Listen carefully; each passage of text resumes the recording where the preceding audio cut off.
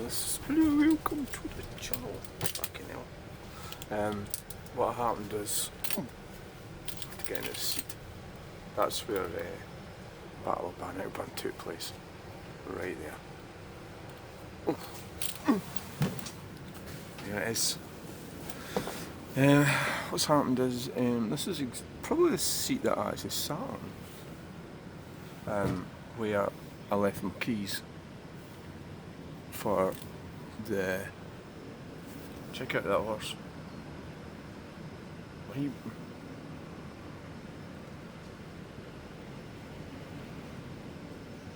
Wow, look at that. It's a horse.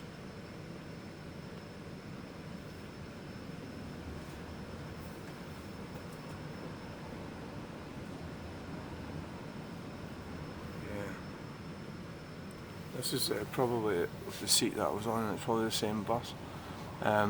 So what I did was I laid everything down on this seat here, and I realised when I couldn't get in the front door of the house, I didn't have any keys. So I wandered all around Glasgow without any keys. It was sort of like it was like 6 hours of not realising what an idiot. And then I there's a thing now where you go, if you've got lost property on a bus, I forgot what it's called, there's like a database sort of thing. You go online, you have to do it online, you register that it's lost, and you can write a detailed description of what it is, which is what I did, and then I got a direct match. And it actually seemed to be a really efficient system in that I put it in, you know, like I described what it is that I lost, and within it was like 5 minutes I got an email. It really was amazing, actually. I mean, obviously, sorry, oops. Need to tighten it up. There's a little button on it, a side thing. I apologise. You fell over. Right, so there's a little, you know, I can't actually remember what it's called, but you, bad cyclist, right? So it covers like Stagecoach and Megabus. Oh, well, it's Megabus is Stagecoach, isn't it? Stagecoach and Citylink and other organisations. That's the building project coming on there. It's coming on quite considerably. Yeah. So there's people moved in and everything. There's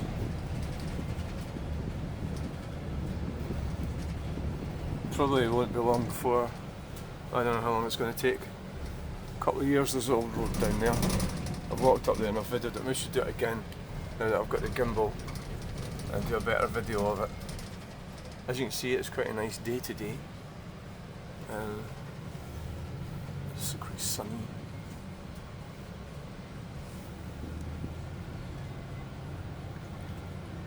Wow, it's amazing watching this gimbal thing contort itself with the pressures of the bus and everything, how it twists and turns. Of course, with it being a double decker as well, it's quite impressive. You can't see that, but the real level is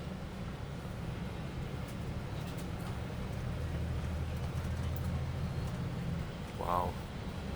I suppose if it'd be a good idea. Well, I actually do have my other phone with me. I could have filmed it to demonstrate what it's actually doing.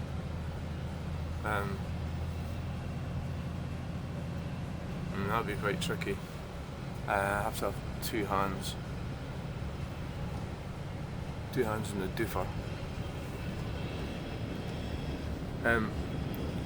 So I was quite interestingly I was actually talking to one of the lorry drivers that I videoed, which is like, that is quite amazing.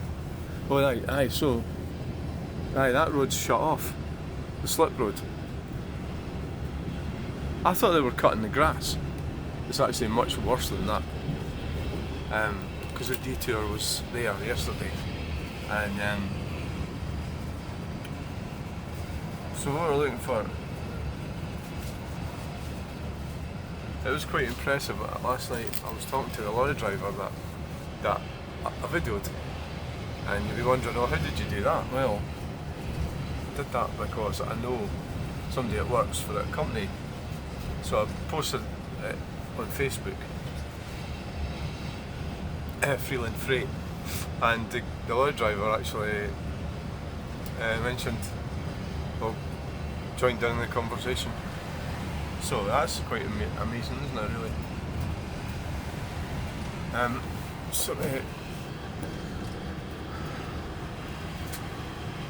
I think it's probably better just to video it like from here, and because when I try and twist it around to see the big panel thing, that thing gets in the way.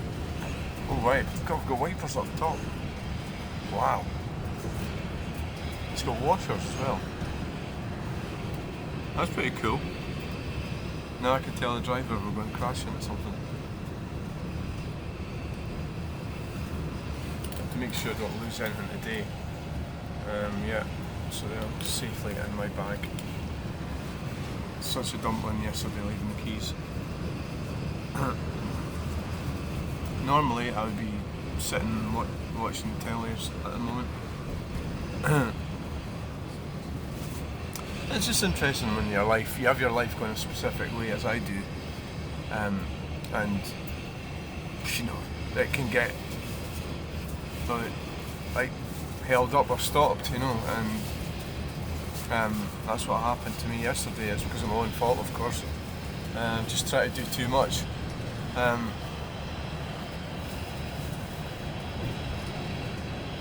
Just trying to do too much. So what happened was that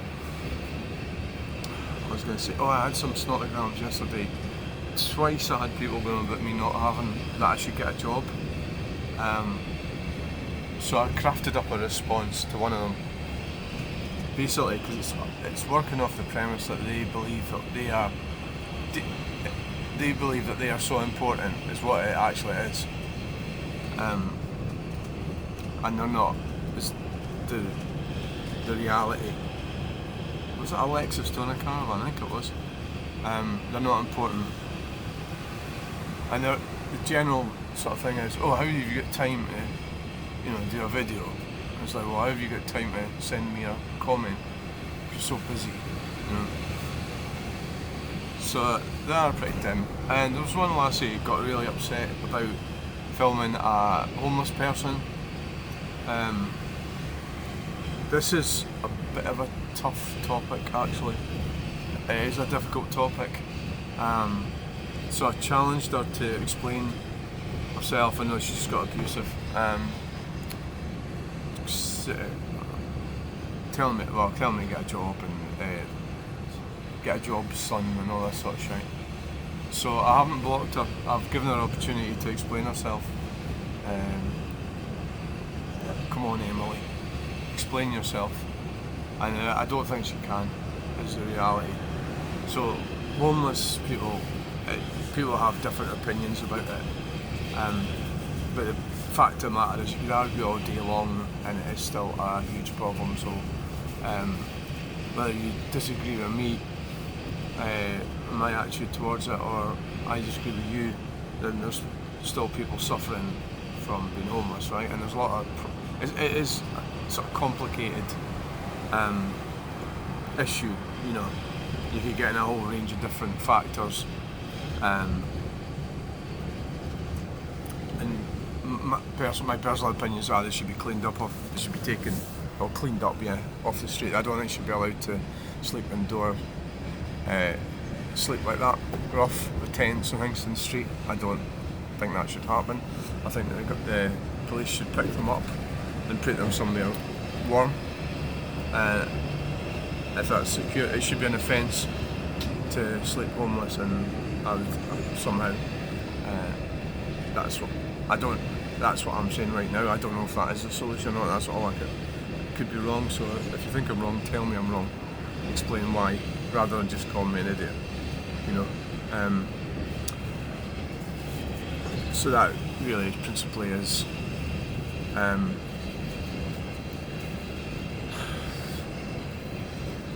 mean, you could start. Where are you going to start with this argument? House prices, rental costs. You know, you can start blaming all sorts of things. Feminism, the breakdown of the family unit as we know it. You know, there's all sorts of different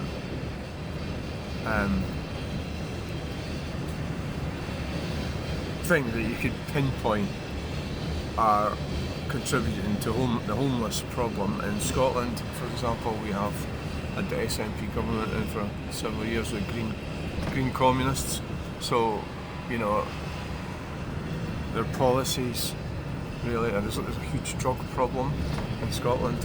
So, I mean, when the green communists are they're now making it illegal for us to put the wrong rubbish in our bins and various measures like that.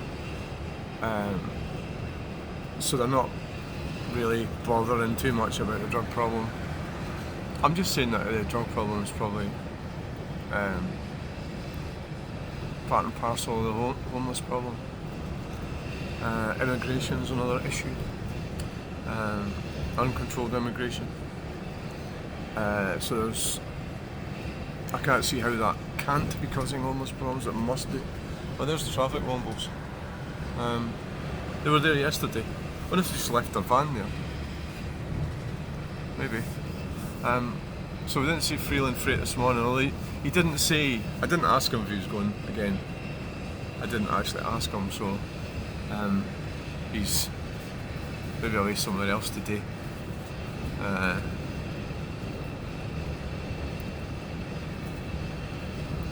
Yeah.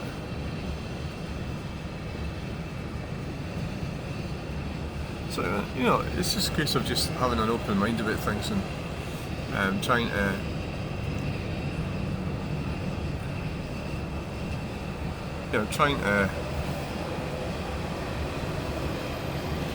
just trying to be reasonable about it. About a lot of things, but of course people aren't. I got a wee bit raged up this morning because somebody put their post Tories out, or some idiot that I've got friends with on Facebook.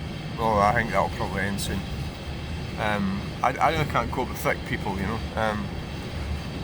We've got two big parties in the United Kingdom. We've got Labour and Conservative, and they're both pretty much in the same wavelength.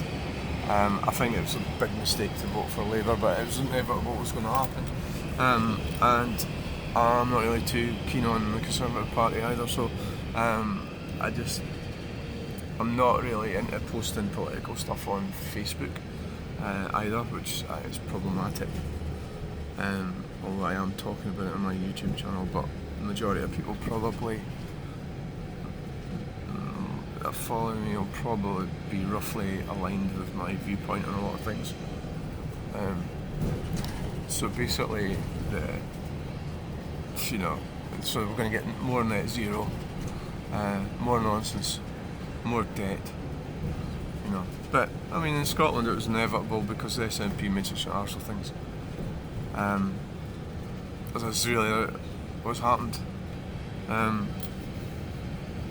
Because basically a lot of Scots are peasants, really, so they're not really inclined to vote for the Conservatives. It was seen as a sort of upper middle class party sort of thing, or middle class. So a lot of them like to think they're workers, or socialists, or something like that, whatever they are. And it hasn't really worked out like that. I mean, you take Cumbernauld for example, that's a classic case. It was sort of built when it's about the same age as me, I think. So that'd be the 60s. I need to find out when it was actually built. It must be about the same age as me. This part right here is, well, the sort of it's like a white flight thing you get in the States. But the other side of the motorway is where all the middle class, posh sort of, well, not posh, but better off. It's a much more better, it seems a better off community.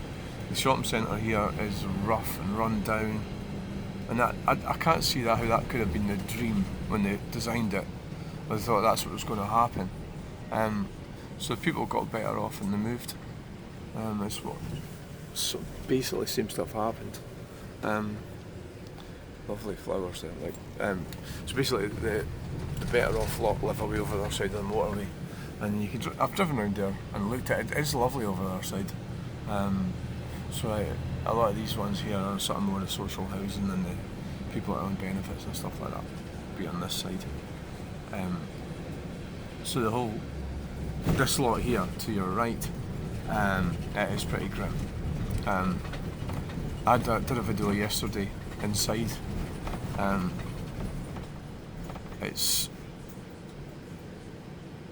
They're probably going to knock it down. I'm pretty sure they are actually. I think somebody told me that they've got plans to knock it down. So thanks for watching this video. Please like, share and subscribe. Bye!